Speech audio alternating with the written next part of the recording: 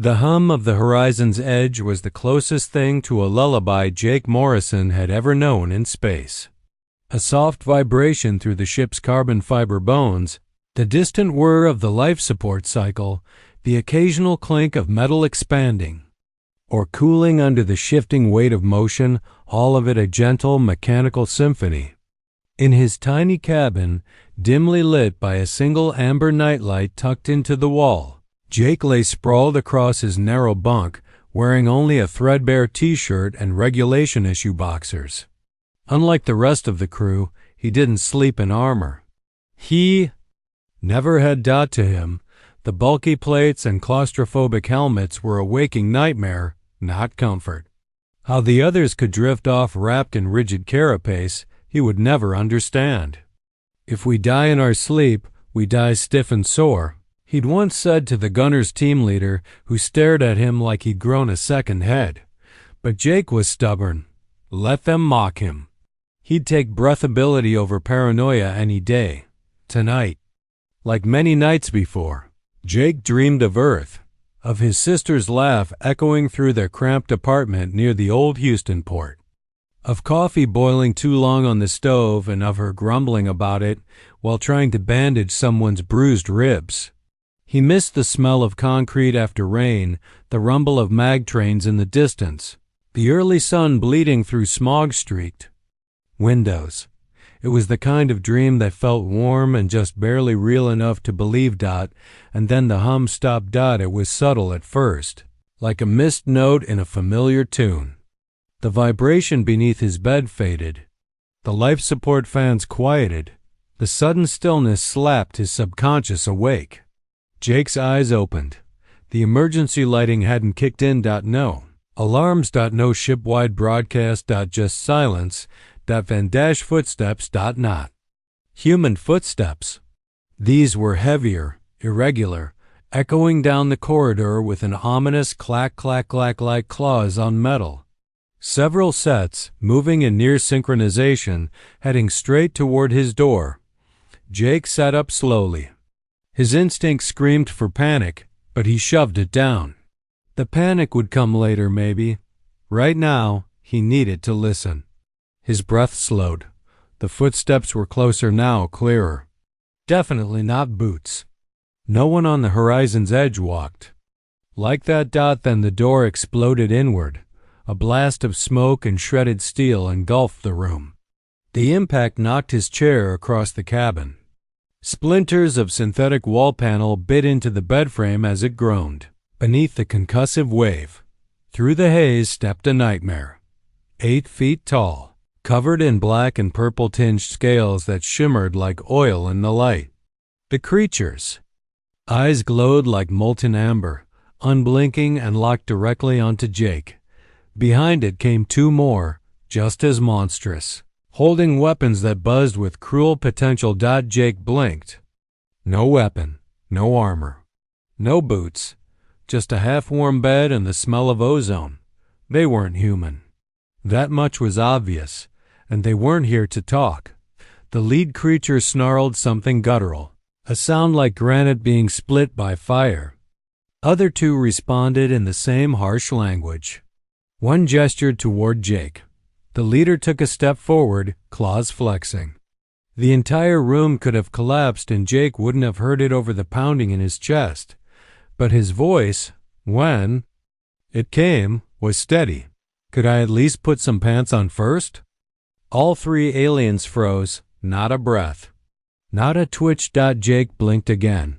The leader tilted her massive head, eyes narrowing. Behind her, one of the others made a startled rasp almost like laughter, and just like that, the tension cracked, not vanished. But changed. Jake had no weapon, no armor, no backup. But what he did have was a mouth, and the aliens clearly weren't expecting that. The reptilian giants didn't move for several seconds. It was as if Jake's words had jammed a command protocol in their brains. The lead creature, easily twice his size and clad in flexible dark armor that shimmered with the same iridescent hue as her scales, cocked her head like a curious beast sniffing out a trap. Her amber eyes flared. Not with rage, but recognition. Something about his calmness had thrown her. That was the first time Jake realized these things expected him to scream. One of the others muttered something in their rasping stone and smoke language. The leader silenced him with a flick of her clawed hand. The tip of it gleamed inches from Jake's chest, but she didn't strike. Instead, she leaned closer, studying him like a researcher confronted with a lab specimen that refused to follow. "Basic instincts. You show no fear," she said, voice deep and thunderous but shaped by surprisingly clean consonants. "You sit before Vextera the Blood Fang and request ... clothing?" Jake raised an eyebrow. "Well, yeah. It's kind of cold in here, and you did blow my door off the hinges. Not really dressed for company." The other two stiffened. One stepped forward, blade half raised, but Vextera held up her arm. She hadn't taken her eyes off Jake. "You will not speak unless given leave," she barked in her native tongue. They obeyed instantly. Jake sat up straighter. That name, Vextera, the Blood Fang, he knew it. Everyone in the Outer Rim patrols did. She was a myth, a shadow whispered in flight briefings and terror training simulations. She had reportedly conquered 17 planetary systems, reduced colonial fleets to wreckage, and turned military outposts into blackened craters. Entire garrison ships had vanished when she appeared. So why wasn't he dead yet? "You're Vextera," Jake said, testing her name like a hand on a fire alarm. "Huh. Honestly, I pictured someone taller." The two guards bristled. One took a step forward, hissing a curse. This time, Vextera let him come. Jake didn't flinch. The guard stopped just short of striking range, blade angled toward Jake's throat. But when Jake simply stared up at him, utterly unshaken, the warrior hesitated. One heartbeat, then another. Slowly, the weapon lowered. Vextera's voice rolled from the back of her throat like a challenge. "Your crewmates fought. They screamed. They begged. You mock." "Why?" Jake shrugged. "Because fear doesn't help anyone. Because you're three monsters with enough firepower to slice this ship in half, and I'm just a guy who wants to avoid dying in his underwear. So yeah, pants first." The leader made a sound, a low rumble that might have been a growl or a laugh. She turned to her guards. "Leave us. Wait outside." They looked shocked. One hissed something defiant. Vextera turned and snarled, no translation needed. The two warriors bowed and exited without another word. Jake exhaled. Not because he felt safe, but because now he only had one monster to worry about. Vextera stepped into the room fully. Her posture was less threatening now, more analytical. She scanned the bed, the scattered clothing, the modest wall display, showing a picture of Jake and a young woman with identical eyes smiling near a coastal port. "Your kin?" she asked. "My sister," Jake said. "Back on Earth, she works in trauma medicine. Kind of like this, actually, but with less claws." Vextera turned to face him. "You are unlike others we have captured. Even your soldiers tremble when they see us. You ... smile." Jake stood, slow and casual, grabbing his pants from the floor. "You said I could dress. Do so. But no, if you reach for a weapon, I will remove your arm." Jake didn't doubt her for a second. He dressed with calm, deliberate movements, her gaze following every flick of fabric, every buckle. When he was done, he stood tall. No armor. No helmet. Just a man in a standard-issue jacket and borrowed confidence. "You didn't kill me," Jake said. "Why?" Vextera tilted her head. "I am still deciding." There was no threat in her voice. Just honesty. Outside, the sounds of conflict echoed faintly, banging doors. Boots dragged across metal, muffled screams. The rest of the crew was being rounded up, imprisoned, maybe worse. But here in this room, something else was happening. Jake. Felt it like pressure behind the eyes. Not attraction, no, not yet, but curiosity. From her, and he could use that. You've conquered 17 systems, he said. What do you want with a radio tech? Vextera's voice was quiet this time. Perhaps I've never met a human who asked for pants before facing death. Jake grinned. Well, we like to die with dignity. You are either brave or insane, she said. Jake shrugged. Maybe both. Depends on the day. A long silence passed between them. Her eyes studied him with a depth that unnerved him more than the claws ever had. Then she turned toward the door and spoke without looking back. You will come with me. Jake raised an eyebrow. What for? She didn't answer. But somehow, he knew his fate was no longer about survival. It was about change. The corridors of the alien warship were nothing like the horizon's edge. Jake had been escorted through 5 massive bulkheads, each guarded by soldiers with jagged armor and unreadable expressions. The air was thicker, tinged with a metallic taste, and the lighting was dim, pulsing faintly in rhythm with the ship's heart-like reactor core. The architecture felt predatory, sharp angles, ribbed corridors, ceilings that arched like jaws. Wherever they were taking him, it wasn't a brig. That worried him more than anything. He didn't ask questions. Not yet. Vextera walked ahead. Of him, her stride fluid and commanding. Her tail swayed behind her like a weapon at rest. Her guards flanked him on either side but kept a respectable distance, as though unsure whether proximity to this human was dangerous. Or beneath them, Jake's mind buzzed with possibilities. What was she planning? Interrogation? Study? A public execution to make a statement? He'd seen too many species fall victim to warlords who led by fear and spectacle. And Vextera by all reports was their queen, but none of those possibilities explained the odd looks he'd caught from the passing crew. Not contempt, not gloating, confusion, like they'd seen something impossible walk past in the open. Vextera stopped before a sealed doorway and entered a command on the panel. The door hissed open, revealing a chamber Jake had not expected. It wasn't a cell or a lab. It was a private suite, large, decorated in sleek obsidian with crimson banners hanging like battle trophies. A star map pulsed against the far wall, displaying sectors under her command. The furniture was oversized, designed for Zenthari frames, but oddly warm pillows, lounging divans, a table set with unfamiliar cutlery. This was her space. And she was bringing him into it. You live here? He asked, stepping inside cautiously. Rule from here, she corrected, motioning to the center of the room. Sit. Jake lowered himself into a seat that felt like it was swallowing him.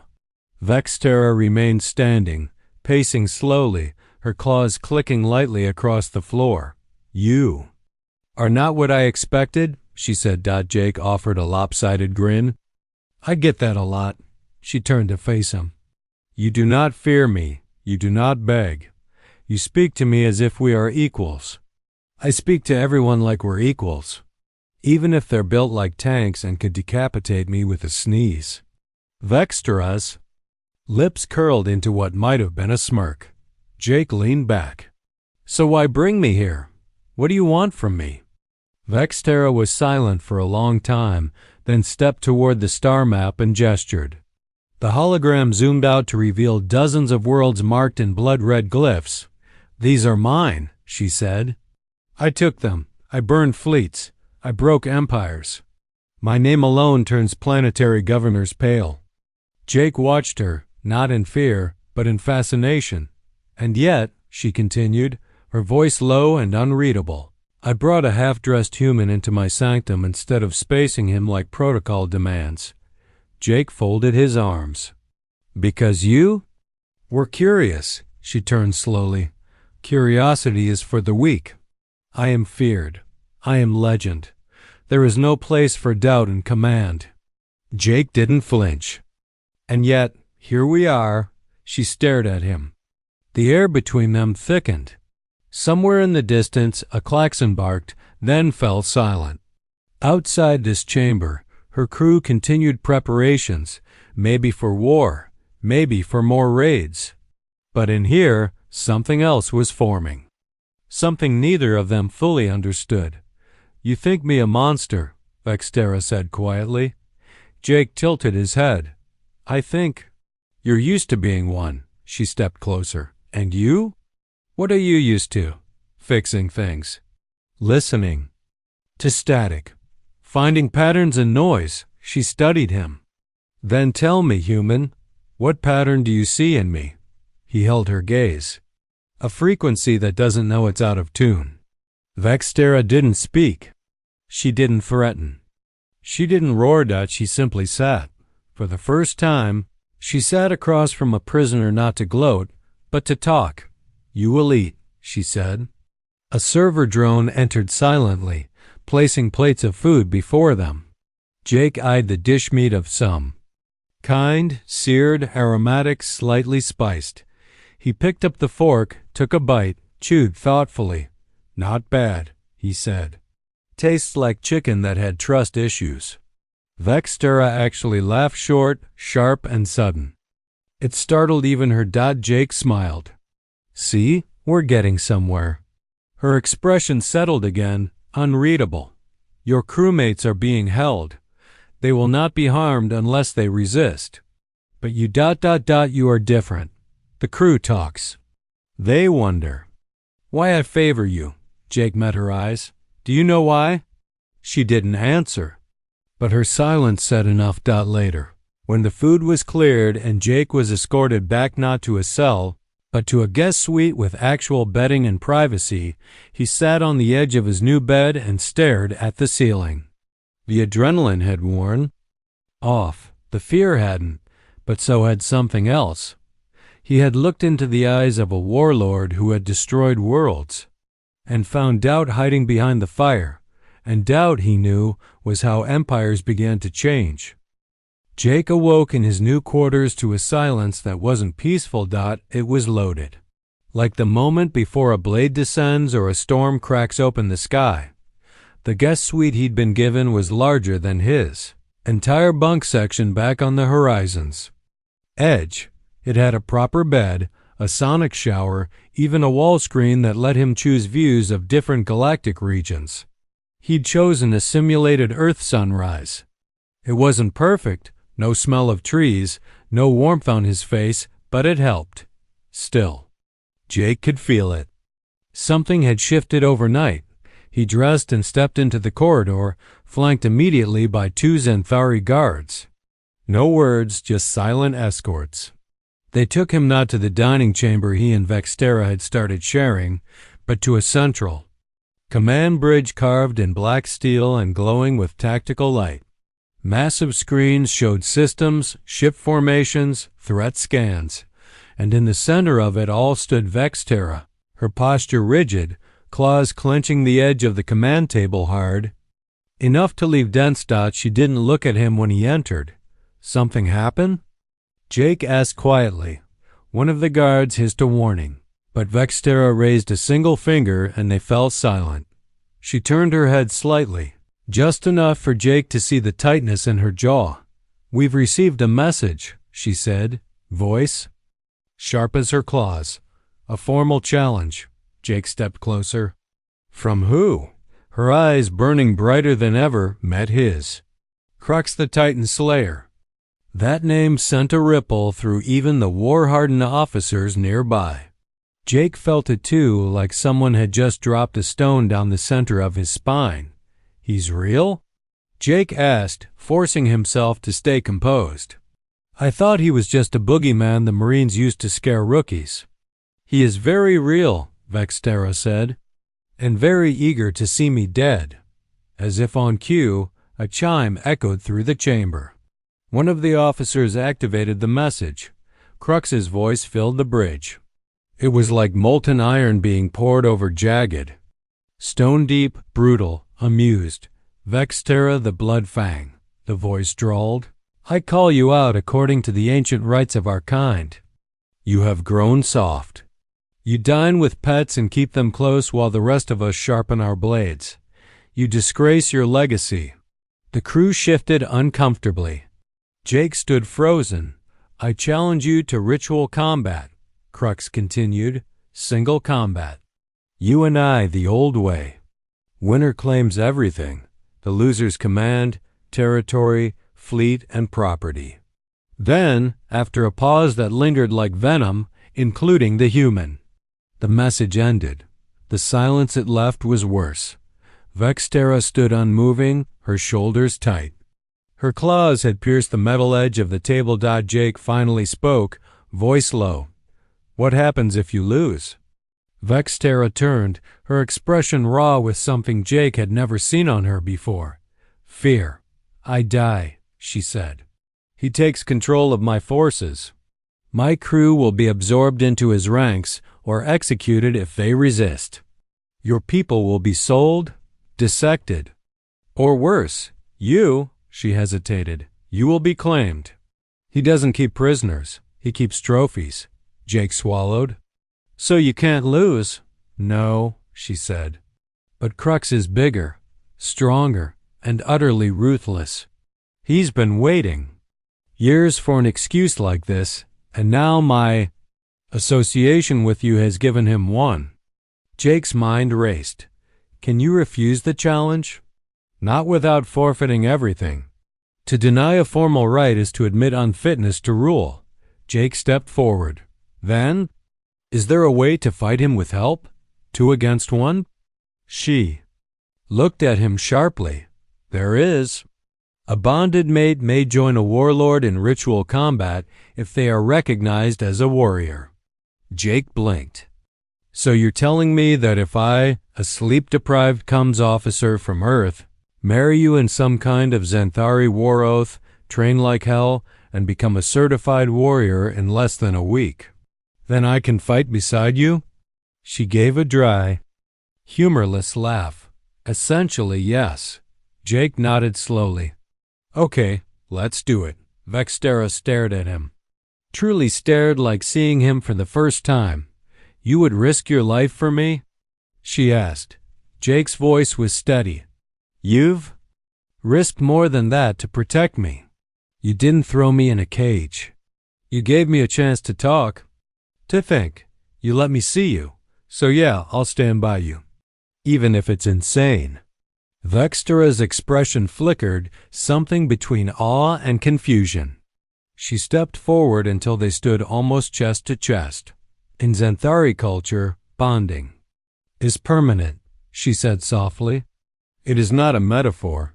It is soul, blood, and vow. If we fail, you die as my mate. If we succeed, you live as my equal." Jake held her gaze. "Then we better win."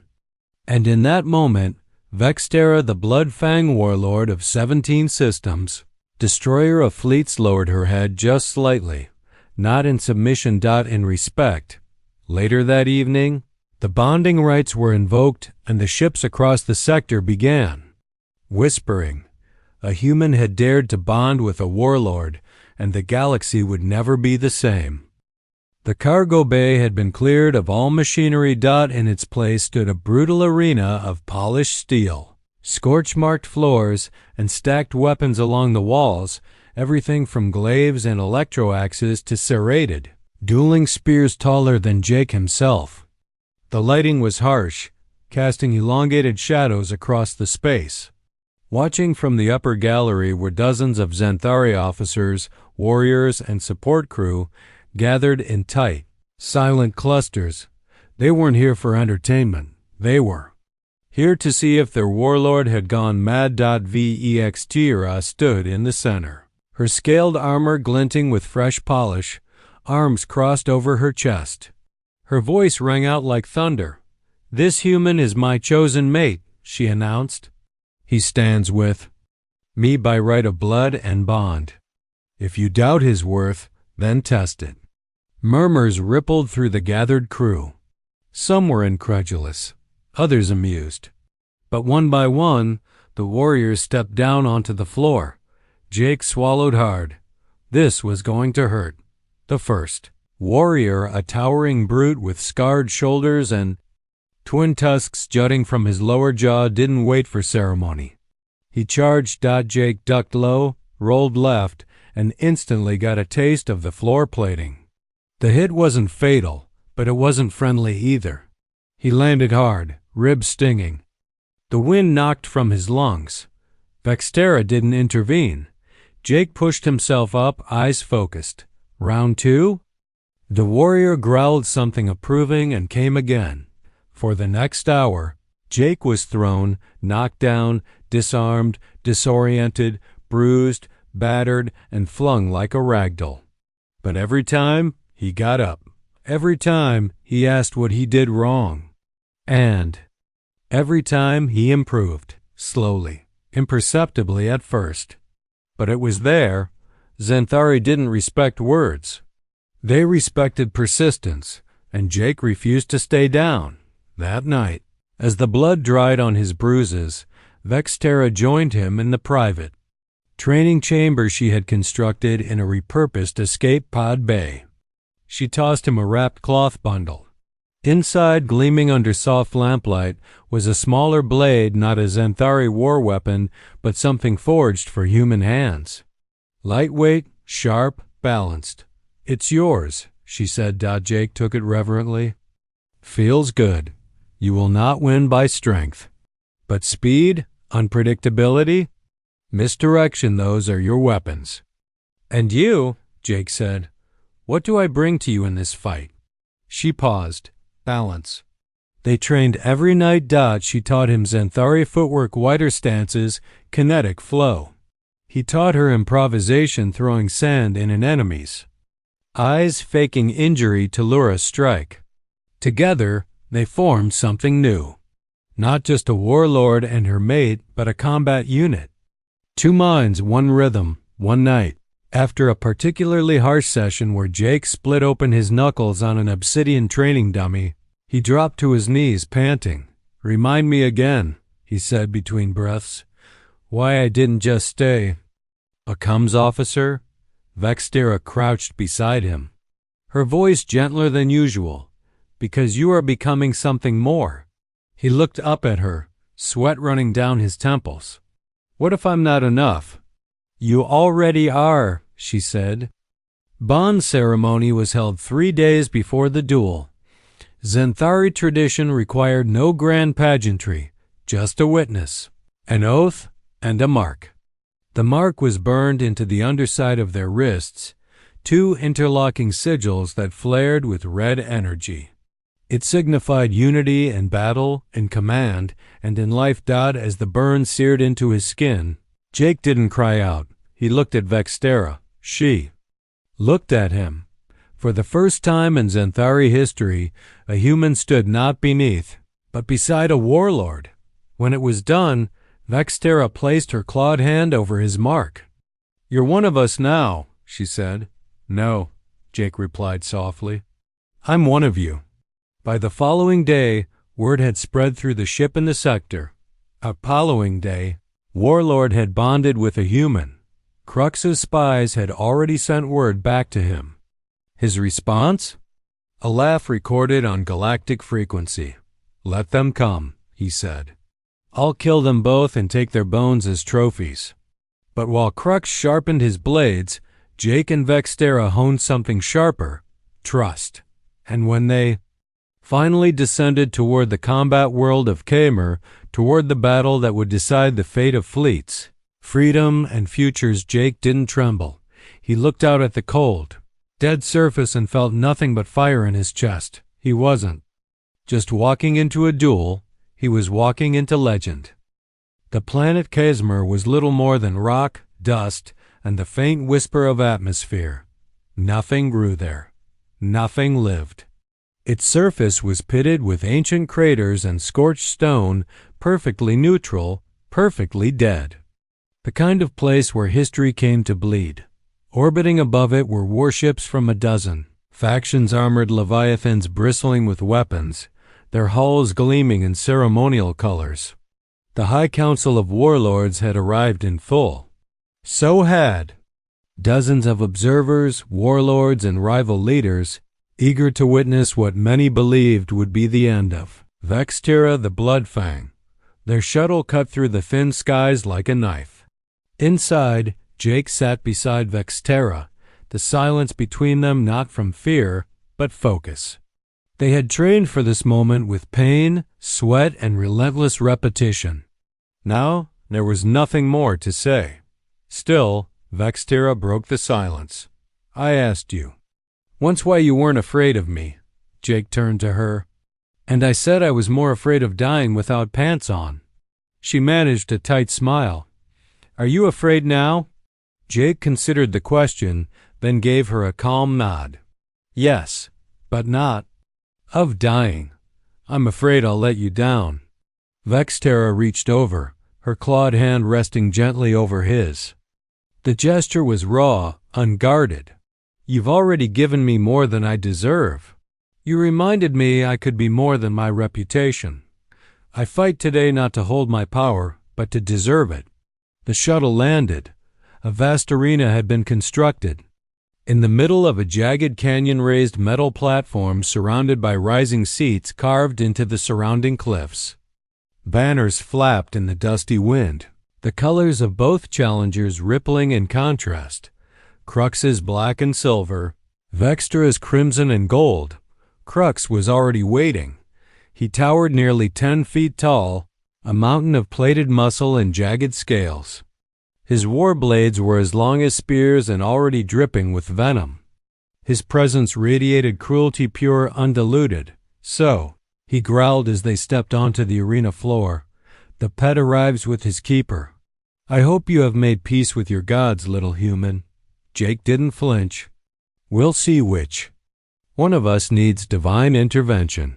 Crux snarled, lips curling. He turned to Vextera. "You shame your bloodline. You invite weakness into your bed and your command. This is why you will die." Vextera's voice was steel. "Strength without heart is just savagery. Today I prove you're nothing more than a beast with a name." The High Council's adjudicator stepped forward, his voice amplified by ancient tech. "By the laws of the old right, let this combat be witnessed. Vextera the Blood Fang and her bonded mate, Jake of Earth, face Warlord Crux the Titan Slayer. Victory goes to the last one standing. Begin." Crux moved like a storm. He came at Vextera first, his blades a blur of silver arcs, every swing meant to kill. Vextera parried, dodged, countered. Their weapons screamed against each other as sparks lit the air. Jake circled wide, looking for an opening, every step part of the dance they'd practiced 100 times. Crux turned to swat him aside, and Jake dove low, slicing at the joints behind the warlord's knees. His blade bit into scale, but barely. Crux was built like a tank. "Fight me, not scurry around my legs like a rodent," Crux bellowed. "Sorry," Jake said, rolling to his feet. "You're not my type." Vextera slammed into Crux's flank, driving him back. Her strikes were precise, coordinated. She didn't fight like a beast, she fought like a commander. But Crux was relentless. He managed to catch Vextera's shoulder with one blade, tearing armor and drawing blood. She staggered, but didn't fall.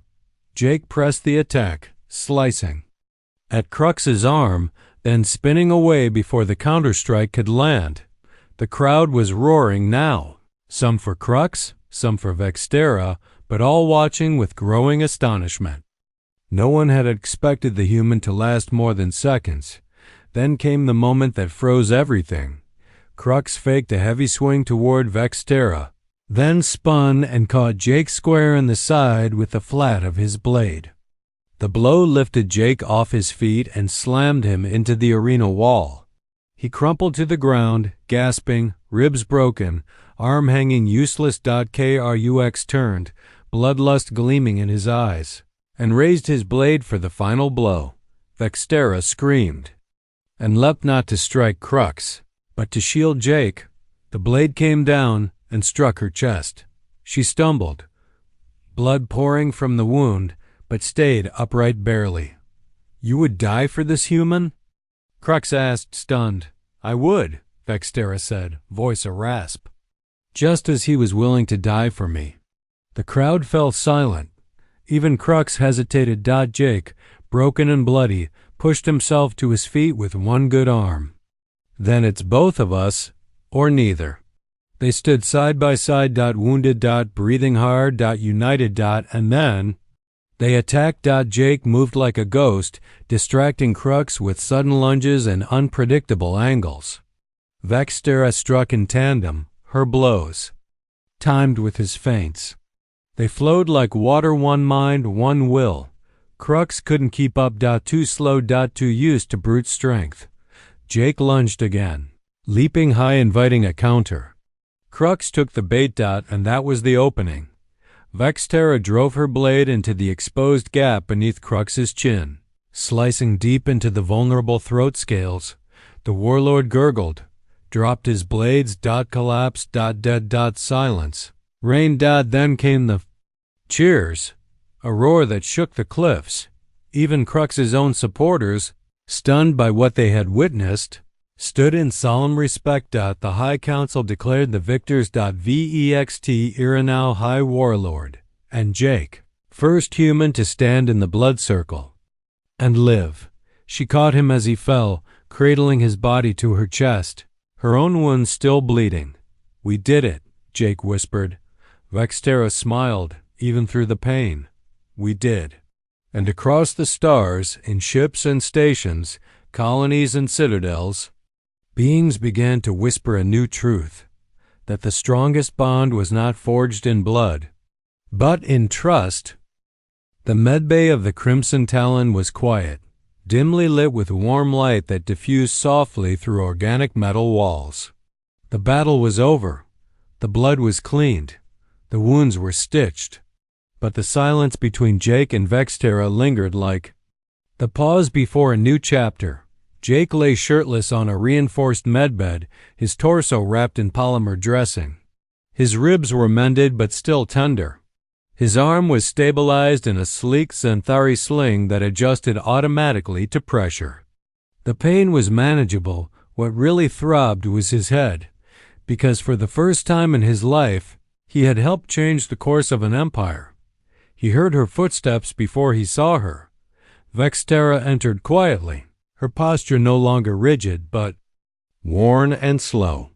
Her armor had been removed, and her scales, still dulled by bruising, gleamed under the soft light. A deep cut along her side had been sealed with silver-threaded mesh. Even in pain, she radiated presence. She stood at the side of his bed for a long moment, then sat down. No throne, no command chair. Just a seat beside a man who should have died in his sleep a month ago. I thought I might have to rule the sector alone, she said softly. Jake smiled. That's no fun. Who would annoy you at dinner? She let out a low chuckle, but it didn't last. Crux's allies are quiet for now, she said. Too shocked, too uncertain. Half of them expected me to die. The other half hoped to carve pieces from my fleet. And now? Now they hesitate, she said, because they don't know what I'll do next. Jake pushed himself up slightly, wincing. So what will you do? Vextera looked at him with a strange vulnerability. I don't know. That's new. I've always known what came next. Conquer, intimidate, rule. She looked away. But I saw their faces, the ones who watched you stand by me, the ones who cheered when you refused to break. They didn't see weakness, Jake. They saw something stronger than fear. Jake leaned closer. You're starting something new, Vex, not because you planned it, but because it started in you, the change. She met his gaze again, and this time her voice trembled. I've never led without fear. I don't know how. Then lead with something else, he said. Lead with purpose. Lead with loyalty. Lead with love, even if your people don't have a word for it yet. She swallowed hard. You believe they'll follow me if I change? No, Jake said. They'll follow you because you changed. 3 days later, Vextera stood before the assembled captains of her fleet. The Crimson Talon's central hall had never seen a moment like this. No blood, no threats, no executions. Just Vextera, the human beside her, and the weight of silence. "I will not rule as I have ruled," she announced. "I will not conquer to feed pride.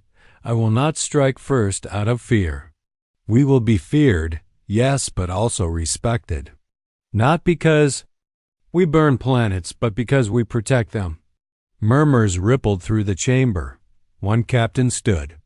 "And if we are seen as weak?" Jake stepped forward. "Strength isn't about how many bodies you pile up. It's about how many you don't have to.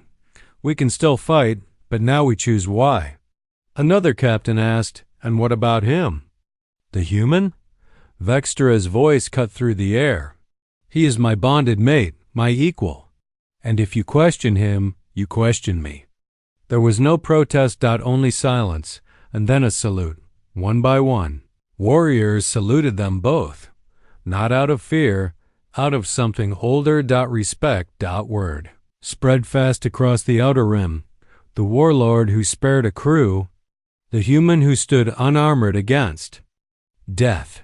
The duel that rewrote tradition. Colonies sent envoys. Allied factions asked for negotiations, not tribute. Even Earth cautiously sent a transmission through the diplomatic channel it hadn't used in years. Open to dialogue, it sighed. Curious about this new High Warlord and her human advisor. Jake read it aloud on the bridge while Vextera leaned over his shoulder. "Think they're ready for us?" "They'll have to be," she said. Then her voice lowered. "Are you?" Jake turned, met her eyes, and grinned. "I was ready the day I asked for pants." She laughed again, freely this time, and leaned in close. "No armor," she whispered. "No fear." Jake nodded. "Just trust." They stood together on the bridge of the Crimson Talon, surrounded by stars, uncertainty, and a future still unwritten. But whatever came, they would face it side by side, because he was never just the man who refused to wear armor. He was the one who helped an empire take it off.